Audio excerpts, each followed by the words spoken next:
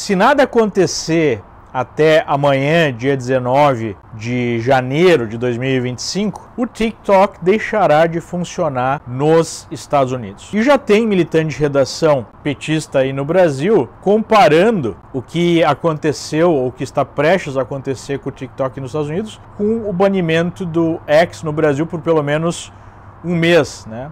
Uma suspensão, no caso, temporária. Mas os dois casos não têm absolutamente nada a ver. E eu vou explicar para você por quê. O TikTok, ele é controlado indiretamente pelo Partido Comunista Chinês. Então, há uma preocupação há muito tempo aqui nos Estados Unidos com o uso dessa ferramenta, que é extremamente popular, para extrair dados de americanos e até mesmo para manipular a população americana para fins políticos, né, para fins de uma ditadura comunista, que é a ditadura chinesa, que é inimiga dos Estados Unidos. Isso é muito diferente, por exemplo, de você banir uma rede social porque essa rede social está se negando a censurar pessoas, o que é vedado, inclusive, pela legislação brasileira, pela Constituição brasileira. Então os dois casos são muito diferentes, até porque o banimento do TikTok aqui nos Estados Unidos teve como base uma decisão do Congresso americano unindo votos de democratas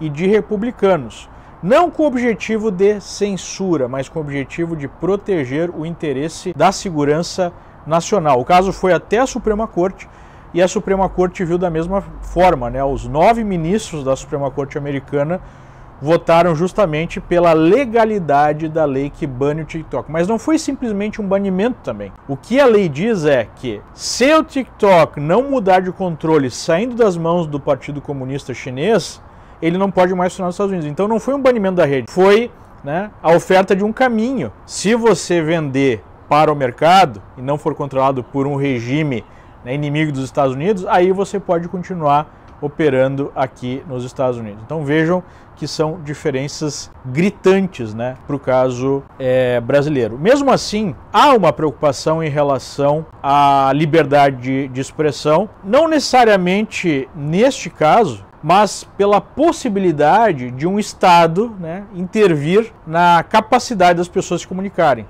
seja essa ferramenta controlada ou não por algum governo estrangeiro, porque daqui a pouco pode surgir uma lei para banir uma outra ferramenta com base no mesmo discurso, só que esse discurso é um discurso falso, como a gente está vendo no Brasil, né? Essa história de que há fake news, discurso de ódio, e no final das contas o objetivo é simplesmente censurar a direita. Inicialmente o Trump era favorável ao banimento do TikTok, mas agora ele é contra e ele está buscando uma solução negociada em que o TikTok sairia, né, pelo menos do controle direto do Partido Comunista Chinês.